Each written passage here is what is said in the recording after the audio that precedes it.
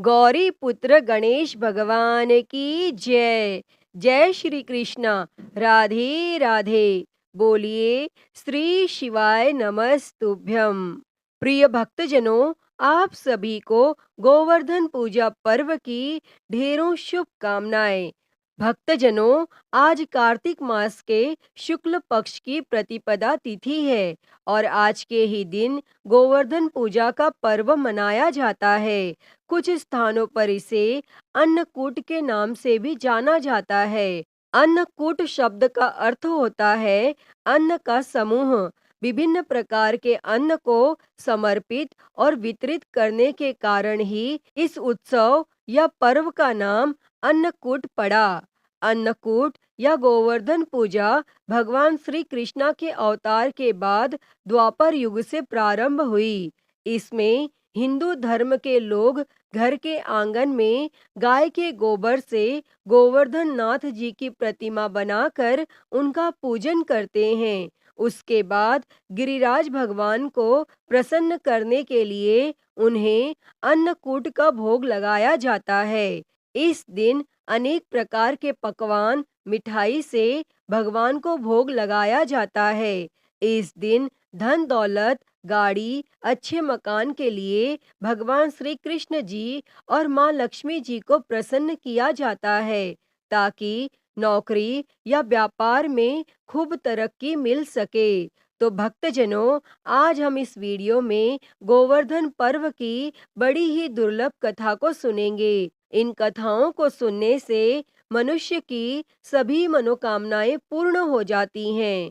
तो आप सभी भक्तजन इन कथाओं को बड़ी ही श्रद्धा, ध्यानपूर्वक और प्रसन्नचित्त मन से पूरा अवश्य सुनिएगा। तो सभी प्रेम से बोलिए श्री राधा कृष्ण भगवान की जय।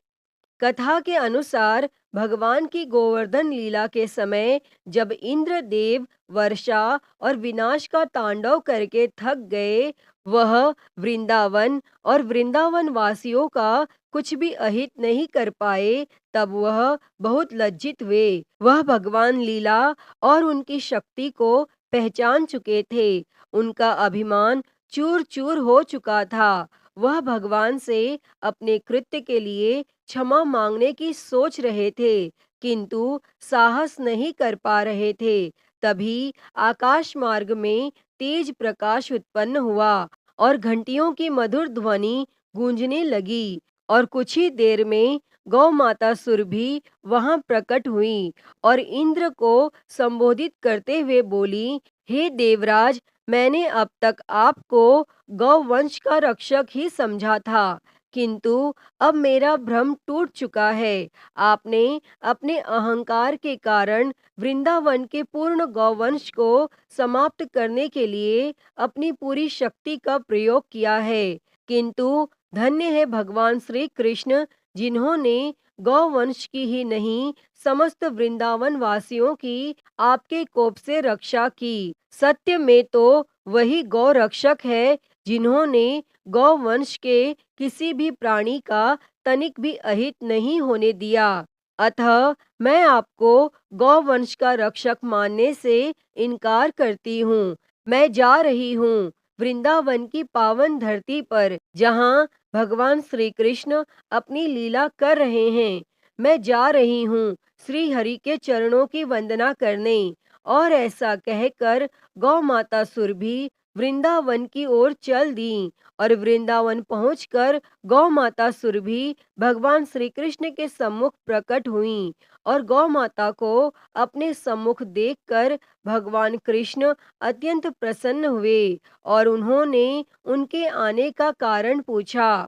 तब गौ माता सुरभि बोली, हे स्वामी, आप तीनों लोकों के पालनहार हैं। आज आपने अपनी लीला से वृंदावन के समस्त गौवंश की रक्षा की है। मैं आपके चरणों की वंदना करती हूँ। हे नाथ, आज मैं बहुत प्रसन्न हूँ। हे स्वामी, यूं तो समस्त सृष्टि आपके संकेत मात्र से ही चलायमान है। आप ही समस्त सृष्टि के उत्पत्ति का कारण हैं। आप ही एकमात्र दाता हैं। समस्त संसार आप ही से उपभोग प्राप्त करता है, किंतु हे स्वामी, आज मैं आपको कुछ देना चाहती हूँ, कृपया कर उसे स्वीकार करें।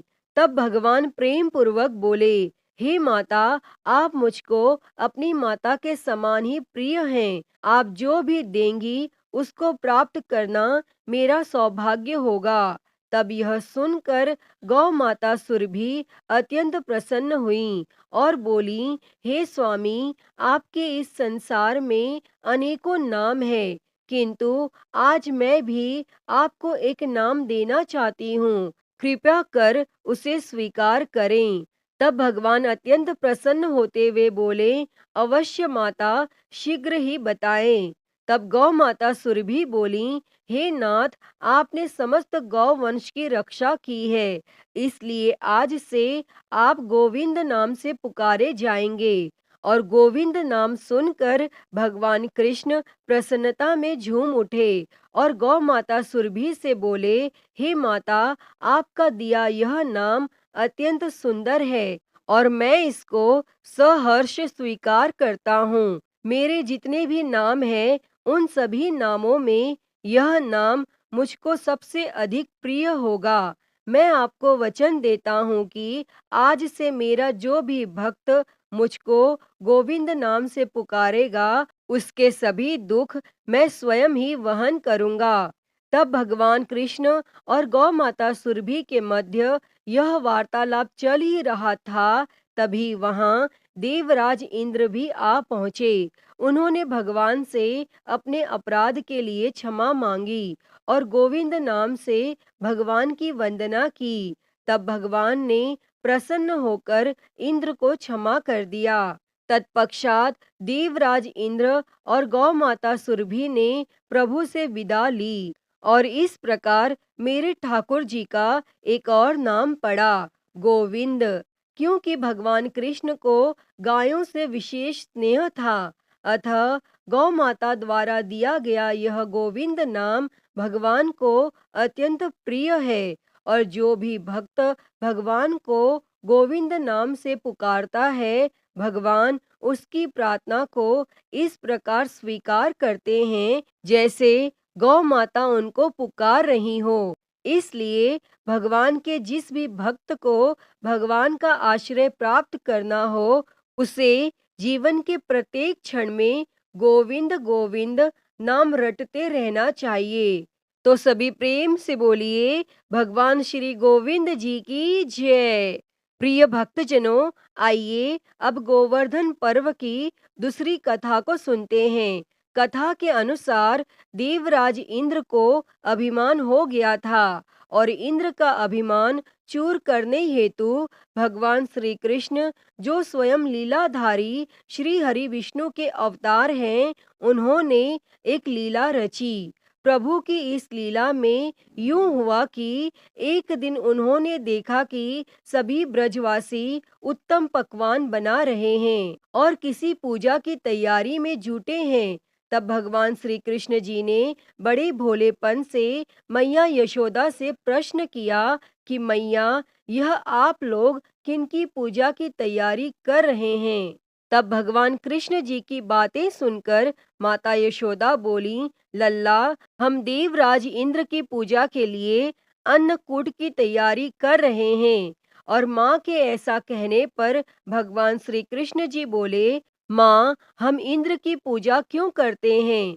तब मैया ने कहा, वह वर्षा करते हैं जिससे अन्न की उपज होती है, उनसे हमारी गायों को चारा मिलता है। तब भगवान श्री कृष्ण जी बोले, हमें तो गोवर्धन पर्वत की पूजा करनी चाहिए, क्योंकि हमारी गाय वहाँ चरती हैं। इस दृष्टि से गोवर्धन पर्वत ही पूजनीय है। और इंद्र तो कभी दर्शन भी नहीं देते, वह पूजा न करने पर क्रोधित भी होते हैं। अतः ऐसे अहंकारी की पूजा नहीं करनी चाहिए। तब लीलाधारी की लीला और माया से सभी ने इंद्र के स्थान पर गोवर्धन पर्वत की पूजा की। तब देवराज इंद्र ने इसे अपना अपमान समझा और मूसलाधार वर्षा आरंभ कर दी। तब प्रलय के समान वर्षा देखकर सभी ब्रजवासी भगवान कृष्ण को कोसने लगे कि सब इनका कहाँ मानने से हुआ है। तब मुरलीधर ने मुरली कमर में डाली और अपनी कनिष्ठा उंगली पर पूरा गोवर्धन पर्वत उठा लिया और सभी ब्रजवासी को उसमें अपने गाय और बछड़े समेत शरण लेने के लिए बुलाया। और तब इंद्र कृष्ण की यह लीला देखकर और क्रोधित हुए। फलतः वर्षा और तेज हो गई। इंद्र का मान मर्दन के लिए तब श्री कृष्ण ने सुदर्शन चक्र से कहा कि आप पर्वत के ऊपर रहकर वर्षा की गति को नियंत्रित करें, और शेषनाग से कहा कि आप मेढ़ बनाकर पानी को पर्वत की ओर आने से रोकें। और इंद्र निरंतर 7 दिन तक मूसलाधार वर्षा करते रहे। तब उन्हें लगा कि उनका सामना करने वाला कोई आम मनुष्य नहीं हो सकता। अतः वे ब्रह्मा जी के पास पहुंचे और सब वृत्तांत कह सुनाया। तब ब्रह्मा जी ने इंद्र से कहा कि आप जिस कृष्ण की बात कर रहे हैं वह भगवान विष्णु के साक्षात अंश है और पूर्ण पुरुषोत्तम नारायण है। तब ब्रह्मा जी के मुख से यह सुनकर इंद्र अत्यंत लज्जित हुए और भगवान श्री कृष्ण जी से कहा कि प्रभु, मैं आपको पहचान न सका, इसलिए अहंकारवश भूल कर बैठा। आप दयालु हैं और कृपालु भी, इसलिए मेरी भूल को क्षमा करें। इसके पश्चात देवराज इंद्र ने मुरलीधर की पूजा कर उन्हें भोग लगाया और भगवान से क्षमा मांगकर अपने लोक को चले गए। तब भगवान श्री कृष्ण जी के कहने पर ब्रज के लोग अपने पशु आदि के साथ में पर्वत के नीचे से निकलकर अपने घरों को चले गए और भगवान श्री कृष्ण जी ने पर्वत को उसी स्थान पर ज्यों का त्यों रख दिया। अतः हे गोवर्धन महाराज, हे भगवान श्री कृष्ण जी, जिस प्रकार से आपने ब्रजमंडल के निवासियों की भारी वृष्टि से रक्षा की, उसी प्रकार से हमारी भी सभी प्रकार की मुसीबतों से रक्षा करना। अपनी छत्र छाया में हमको सदैव सुरक्षित रखना। हमको सदैव सद्मार्ग में ही प्रेरित करना। और उसी दिन से भगवान श्री कृष्ण जी का ही एक नाम गिरिराज धरण हो गया। तो सभी प्रेम से बोलिए, श्री राधा कृष्ण भगवान की जय, गिरिराज महाराज की जय। प्रिय भक्तजनों, आइए अब सुनते हैं सभी मनोकामनाओं को पूरी करने वाली अगली कथा। एक बार की बात है, यशोदा माता प्रभु श्री कृष्ण जी की शैतानियों से तंग आ गई और छड़ी लेकर भगवान श्री कृष्ण जी की ओर दौड़ी। और जब प्रभु ने अपनी मैया को क्रोध में देखा तो वह अपना बचाव करने के लिए भागने लगे और भागते भागते श्री कृष्ण जी एक कुम्हार के पास पहुँचे। लेकिन कुम्हार तो अपनी मिट्टी के घड़े बनाने में व्यस्त था। लेकिन जैसे ही कुम्हार ने भगवान श्री कृष्ण जी को देखा तो वह बहुत प्रसन्न हुआ और कुम्हार जानता था कि श्री कृष्ण साक्षात परमेश्वर हैं। तब प्रभु ने कुम्हार से कहा कि हे कुम्हार, आज मेरी मैया मुझ पर बहुत क्रोधित है। मेरी मैया छड़ी लेकर मेरे पीछे पीछे आ रही है। आप मुझे कहीं पर छुपा लो। तब कुम्हार ने श्री कृष्ण जी को एक बड़े से मटके के नीचे छुपा दिया। तब कुछ ही क्षणों में माता यशोदा भी वहां पर आ गईं और कुम्हार से पूछने लगी, क्यों रे कुम्हार, तूने मेरे कन्हैया को कहीं देखा है क्या? तब कुम्हार ने कह दिया कि नहीं माता, मैंने आपके कन्हैया को कहीं नहीं देखा है। और भगवान श्री कृष्ण जी ये सारी बातें बड़े से घड़े के नीचे छुपकर सुन रहे थे और मैया तो वहां से चली गई। तब भगवान श्री कृष्ण जी कुम्हार से कहते हैं, हे कुम्हार, यदि मैया चली गई हो तो मुझे इस घड़े से बाहर निकालो। तब कुम्हार बोला, ऐसा नहीं है प्रभु, पहले मुझे 84 लाख योनियों के बंधन से मुक्त करने का वचन दो। और तब भगवान मुस्कुराए और कहा, ठीक है, मैं तुम्हें 84 लाख योनियों से मुक्त करने का वचन देता हूँ। अब तो तुम मुझे बाहर निकालो। तब कुम्हार कहने लगा, मुझे अकेले नहीं प्रभु जी, मेरे परिवार के सभी लोगों को भी 84 लाख योनियों के बंधन से मुक्त करने का वचन दो, तो मैं आपको इस घड़े से बाहर निकालूंगा। तब प्रभु जी कहते हैं, चलो ठीक है, उनको भी 84 लाख योनियों के बंधन से मुक्त होने का मैं वचन देता हूँ।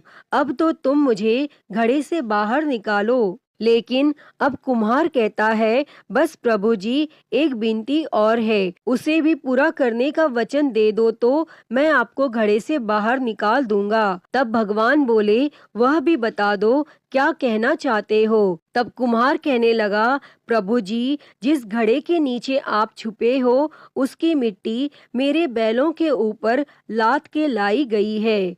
मेरे इन बैलों को भी 84 के बंधन से मुक्त करने का वचन दो। तब भगवान ने कुम्हार के प्रेम पर प्रसन्न होकर उन बैलों को भी 84 के बंधन से मुक्त होने का वचन दिया। तब प्रभु बोले, अब तो तुम्हारी सब इच्छा पूरी हो गई है, अब तो तुम मुझे घड़े से बाहर निकाल दो। लेकिन अब कुम्हार फिर से कहता है, अभी नहीं भगवान, बस एक अंतिम इच्छा और है, उसे भी पूरा कर दीजिए। और वह यह है कि जो भी प्राणी हम दोनों के बीच के संवाद को सुनेगा, उसे भी आप 84 लाख योनियों के बंधन से मुक्त करोगे। बस यह वचन दे दो, तो मैं आपको इस घड़े से बाहर निकाल दूंगा। तब कुम्हार की प्रेम भरी बातों को सुनकर प्रभु श्री कृष्ण जी बहुत खुश हुए और कुम्हार की इस इच्छा को भी पूरा करने का वचन दिया। और फिर कुम्हार ने बाल श्री कृष्ण जी को घड़े से बाहर निकाल दिया और उनके चरणों में साष्टांग प्रणाम किया और प्रभु जी के चरण धोए और चरणामृत को पिया और अपनी पूरी झोपड़ी में चरणामृत का छिड़काव किया और प्रभु जी को अपने गले लगाकर इतना रोया कि प्रभु में ही विलीन हो गया। भक्तजनों, जो बाल श्री कृष्ण जी 7 कोस लंबे चौड़े गोवर्धन पर्वत को अपनी एक उंगली से उठा सकते हैं, तो क्या वे एक घड़े को नहीं उठा सकते थे। लेकिन बिना प्रेम के कोई कितने भी यज्ञ करें, कितना भी दान करें, चाहे कितनी भी भक्ति करें, लेकिन जब तक मन में प्राणी मात्र के लिए प्रेम नहीं होगा, तब तक प्रभु श्री कृष्ण जी नहीं मिल सकते। तो सभी प्रेम से बोलिए, श्री राधा कृष्ण भगवान की जय। प्रिय भक्तजनों, तो मैं उम्मीद करती हूँ कि आपको आज की यह कथा पसंद आई होगी और अगर वीडियो अच्छी लगी हो तो इसे लाइक करें, ज़्यादा से ज़्यादा शेयर करें और कमेंट बॉक्स में श्री राधा कृष्ण भगवान की जय लिखना ना भूलें और महाकाल भक्ति ज्ञान चैनल को सब्सक्राइब कर नोटिफिकेशन बेल को ज़रूर ऑन कर लें। हर हर महादेव। धन्यवाद।